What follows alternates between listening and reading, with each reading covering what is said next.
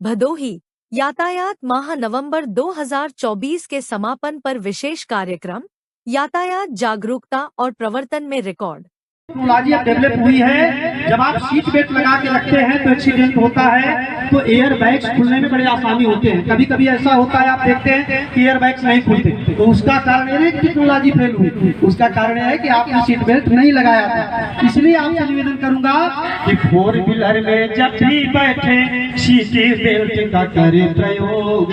Accident कब हो जाए कोई जानता नहीं संयोग। फोर व्हीलर में जब भी बैठे सीट बेल्ट का करे प्रयोग। एक्सीडेंट कब हो जाए कोई जानता नहीं संयोग। समय समय पर जैसे भैया अपडेट जरूरी बा।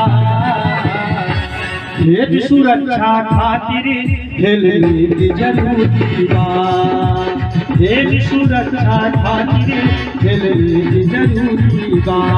भारत माता की, भारत माता की।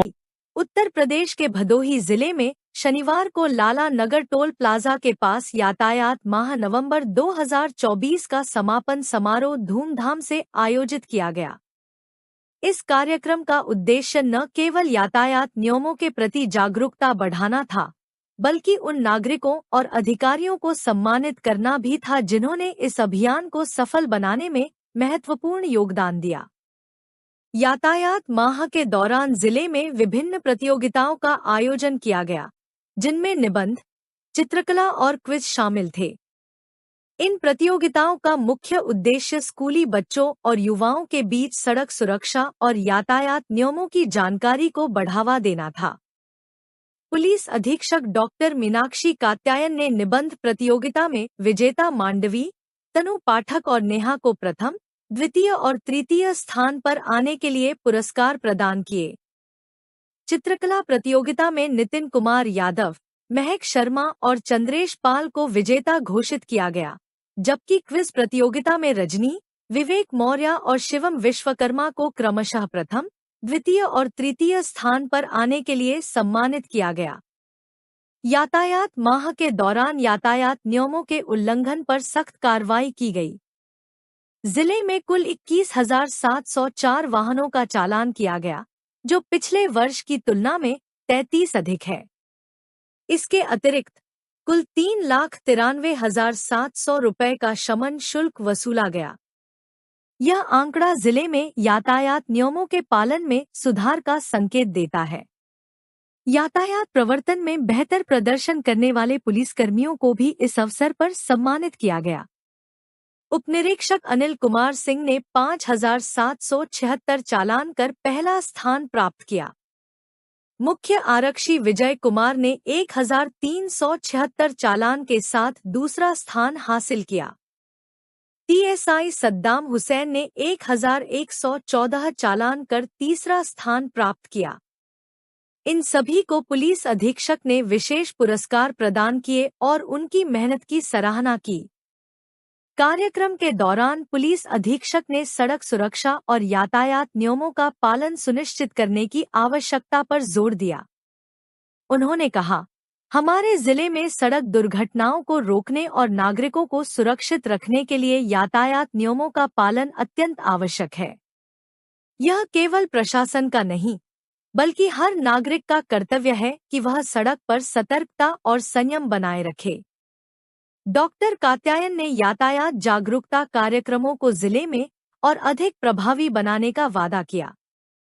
उन्होंने यह भी कहा कि भविष्य में यातायात नियमों को लेकर और कठोर कदम उठाए जाएंगे, ताकि सड़क पर सुरक्षित और व्यवस्थित यातायात सुनिश्चित किया जा सके। कार्यक्रम के अंत में पुलिस विभाग ने सभी नागरिकों से यातायात नियमों का पालन करने की अपील की। उन्होंने जोर देकर कहा कि यदि हर व्यक्ति अपनी जिम्मेदारी समझे और यातायात नियमों का पालन करे, तो सड़क दुर्घटनाओं को न्यूनतम किया जा सकता है। यातायात माह के समापन का यह कार्यक्रम न केवल जागरूकता का संदेश देने में सफल रहा, बल्कि इसने यह भी दिखाया कि प्रशासन और नागरिक मिलकर यातायात व्यवस्था को बेहतर बना सकते हैं। नवंबर में चला है और पूरे ट्रैफिक जाम में चालान किए गए हैं और अलग अलग स्कूलों में जाकर के बच्चों को ट्रैफिक नियमों के प्रति और सजग किया गया है, जागरूक किया गया है।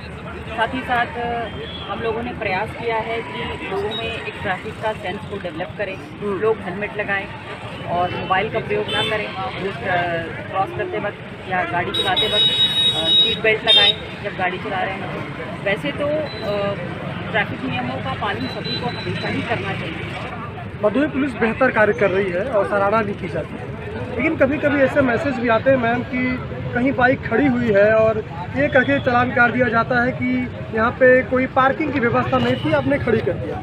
तो भदोही में क्या छोटे छोटे जो चौराहे हैं वहाँ पार्किंग व्यवस्था है? अगर नहीं है तो फिर चालान क्यों काटे जाते हैं? देखिए, अगर किसी ने अपनी बाइक बेतरतीब खड़ी कर दी है जिसके कारण कि वहाँ पर अव्यवस्था उत्पन्न हो रही है या आने जाने का जो मार्ग है वो बाधित हो रहा है, तो निश्चित रूप से चालान तो किया जाएगा। अब धीरे धीरे ही ये डेवलपमेंट किया जाएगा और होगा कि कहाँ कहाँ पर हमें पार्किंग करना है, पार्किंग की व्यवस्था सुनिश्चित करनी है। ये लोकल लोगों के साथ मिल करके ही उनके सुझावों को साझा करके पुलिस जो है ट्रैफिक को और बेहतर बनाने का प्रयास कर रही है। एक बड़ा समस्या मैम ये है कि जो ओवरब्रिज नीचे अगर बास नीचे जो ठेला कुंचे वाले हैं, जो रेहड़ी वाले हैं, जो नीचे दुकान लगाते हैं, उनकी वजह से ट्रैफिक बहुत ज़्यादा जो है कि दिक्कत होता है। गाड़ियाँ खड़ी होती हैं, साइकिल खड़ी जाती है, तो आने जाने में भारी समस्या होती है और लोगों का चालान बेवजह काट लिया जाता है। इस पर क्या कुछ एक्शन होने वाला है? इसको बिल्कुल संज्ञान में ले लिया गया है और वहाँ पर विशेष डिप्लॉयमेंट किया गया है। अंडर पासेस में जितने भी इस तरह के एनक्रोचमेंट्स हैं जिसके कारण ट्रैफिक बाधित होता है, उनका चालान किया जा रहा है और ट्रैफिक को सुगम बनाया जा रहा है। धन्यवाद।